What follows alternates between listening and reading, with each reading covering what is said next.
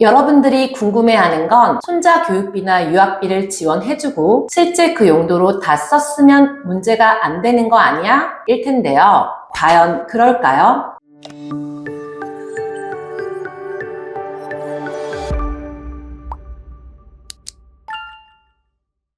안녕하세요. 세무법인 하나의 곽진주 세무사, 국세청에서 온 남자 국세남입니다. 우스갯소리로 할아버지의 재력이 자녀 사교육의 핵심이라고 하죠. 실제 부유하고 여유 있으신 할아버지들은 손자 교육비나 유학비를 대주고 싶어 하시는 분들이 많습니다. 세미나 상담을 나가도 내가 손자 영어 유치원비나 유학비 보내주는 건 괜찮지 않아? 하고 물어보시는 회장님들이 많은데요. 과연 그럴까요? 결론은 그 집안의 상황에 따라 다릅니다. 하지만 국세청이나 법원이 바라보는 최소한의 기준을 알아야 엄한 증여세를 피할 수 있습니다. 오늘은 할아버지가 손자 교육비나 유학비를 내줄 때 증여세가 어떻게 과세되는지, 어떤 점을 유의해야 하고 절세 팁은 어떤 게 있는지 한번 알아보려고 합니다. 실제 과세가 됐었고 납세자가 행정소송까지 갔던 판례를 보면서 이렇게 하면 과세되니 주의해야겠구나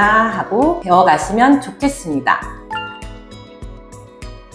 지난 편에 부부 가족 간 생활비 증여세가 언제 과세되고 언제는 비과세인지 살펴보았었는데요. 교육비도 언제 비과세되는지는 생활비와 같은 법조항의 내용이 있습니다. 비과세되는 증여재산이라는 상속증여세법 제46조에 나오는 내용인데요. 사회통념상 인정되는 교육비라고 되어 있고 해당 연도에 직접 지출할 것을 추가적 요건으로 보고 있습니다. 여러분들이 궁금해하는 건 손자 교육비나 유학비를 지원해주고 실제 그 용도로 다 썼으면 문제가 안 되는 거 아니야? 일 텐데요. 부모가 생활비나 유학비를 자녀에게 준 것과 조부모가 지원해준 것과는 법원에서 보는 차이가 하나 더 있습니다.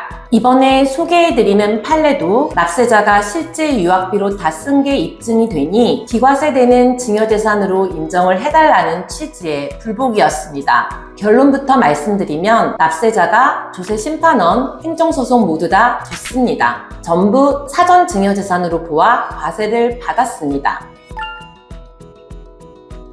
부모가 준 유학비는 실제 용도로 썼으면 인정이 되고 조부가 준 건 안 되고 이런 건 아닙니다. 생활비나 교육비 등을 자녀나 손주에게 지원해준다고 해서 송금한 즉시 뭐가 문제가 되지는 않습니다. 나중에 자녀가 무언가 재산을 취득해서 취득 자금에 대한 자금 출처가 문제가 되든지 아니면 상속세 조사를 하면서 계좌를 따라가다가 문제되는 게 대다수입니다. 이번 판례도 할머니의 상속세 조사를 하는 과정에서 문제가 된 사안입니다. 할머니가 손녀의 유학자금을 위해 손녀 해외 계좌로 송금한 돈을 사전 증여로 봐서 과세가 된 것입니다. 납세자는 소송 자료에 이전 편에서 소개했었던 심판례를 들어가면서 실제 유학비와 생활비로 쓴 것인지를 따져서 실제 용도대로 쓴 것은 다 인정해주고 입증 못한 것만 증여세 과세했다는 걸 근거로 나의 케이스는 실제 학비와 생활비로 쓴 게 전부 입증이 된다 주장하면서 증여세를 취소해달라고 하였습니다.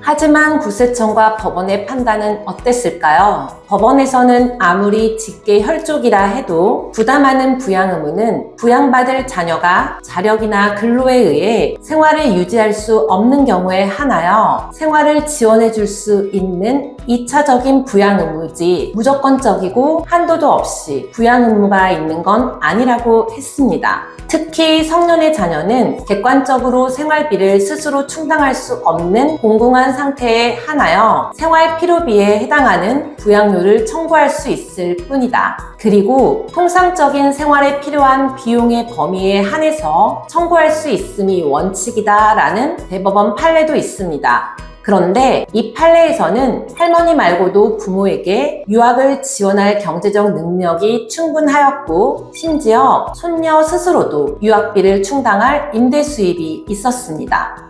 그리고 조세심판원의 판단이 시청자분들이 유의하셔야 할 점인데요. 조부모가 부양 능력 있는 부모 대신 지원해주는 게 왜 문제가 되는지 설명한 부분입니다. 부모에게 경제적 자력이 충분한 경우 조부모의 손자에 대한 민법상 부양 의무가 인정될 수 없다. 그렇기 때문에 조부모가 손자에게 증여한 재산은 피부양자의 생활비나 교육비에 해당하지 않는다 라고 하여 국세청의 손을 들어주게 되었습니다. 대부분 이런 점을 간과하기 때문에 부모가 근로소득이 있어도 자녀의 영어 유치원비나 학원비 등을 조부에게 받아서 충당하는 경우가 많습니다. 월급으로 자녀 교육비 비싼 곳에 보내려니 빠듯하고 교육열 욕심은 있고 이런 때 조부가 여유가 있다면 자연스레 손을 벌리게 되는 것이지요. 대부분 제대로 확인을 안 해보시고 진짜 교육비인데 문제 없는 거 아니야? 라고 쉽게 생각하십니다. 하지만 문제는 그 당시 즉시 터지는 게 아닙니다. 사람 앞니를 모르기 때문에 상속 같은 이벤트가 발생한다면 이렇게 사후적으로 문제가 될지 인지도 못한 채 가산세와 함께 눈덩이처럼 세금이 불어서 돌아옵니다. 자녀 할아버지가 지원해줄 당시에 안 걸렸으니 운이 좋다고 생각할 게 아니라 실행하기 전에 어떤 식으로 해야 위험을 줄일 수 있는지 자문을 받아보시는 게 좋습니다. 세금 절세는 사전에 준비를 해야 의미가 있지 터진 다음에 수습하려면 입증 근거가 없기 때문에 막기도 어렵습니다. 교육비나 생활비뿐만 아니라 뭔가 큰 돈이 움직인다면 각자 집안의 사정에 따라 세금 문제가 반드시 따라옵니다. 가정마다 케이스 바이 케이스인 경우가 많기 때문에 꼭 실행 전에 상속증여 전문 세무사와 상담하시길 권해드립니다. 이상 상속증여 전문 세무법인 하나였습니다.